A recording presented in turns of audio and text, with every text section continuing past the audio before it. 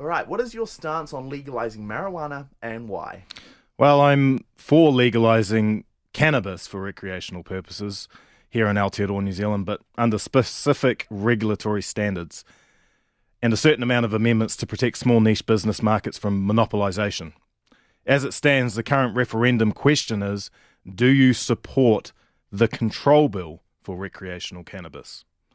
I strongly oppose the current bill for recreational cannabis.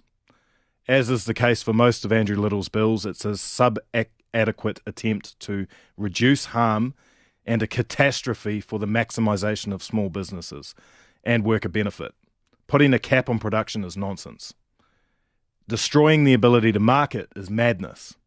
And not putting in provisions to make sure it is produced organically shows poor insight into the harm that chemically grown inhalants and edibles may cause. This is an example of what happens when you get socialists to write bills in an attempt to improve the market and to protect the consumer. Cannabis needs to be a high-cost product to suit the fact that it is a luxury leisure product, not a habit buy. The share of that cost should be even amongst the producer, package and distribution, and the seller.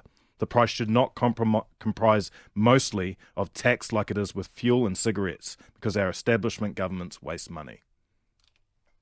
Question number 2. How will you be voting in the end-of-life choice bill referendum this October and why? I'll probably vote no. I haven't looked into the end-of-life choice bill yet. Still, I trust the interpretations of friends like Michael Shaw, independent candidate for Northland, and I resonate with the words of Alfred Nardal, MP for National. If we're going to legalise the right to choose to end your life because of unbearable suffering, of which I would support, the bill has to be very precise. As is the case for most of Andrew Little's bills, they are not. Life is suffering, and life should be valued. If endeavours like this devalue our perception of life, that is dangerous. Human beings already walk through life with increasing callous disregard for life in general. I don't think encouraging that is a good idea. And now for the speed round. So 6 simple bullet points. All I need is a yes or a no answer. If you have anything to say about those topics, feel free to. Moving the Port of Auckland to Whangarei. Good idea, as long as we make sure that we sort out the accompanying meth and weapon problem that may come through that port. Tauranga suffers from that problem at the moment, and we're dealing with it in a very authoritarian way. Building a 4-lane highway to Northland. I'm not sure Northlanders want more Aucklanders coming here all the time. Maybe they might prefer a wall rather than a 4-lane highway. Do you believe the government has had the best response to COVID-19? No. Free dental care? Yes. Free lunches in schools? Depends. Depends whether the lunches are healthy, and then we have to define what is healthy.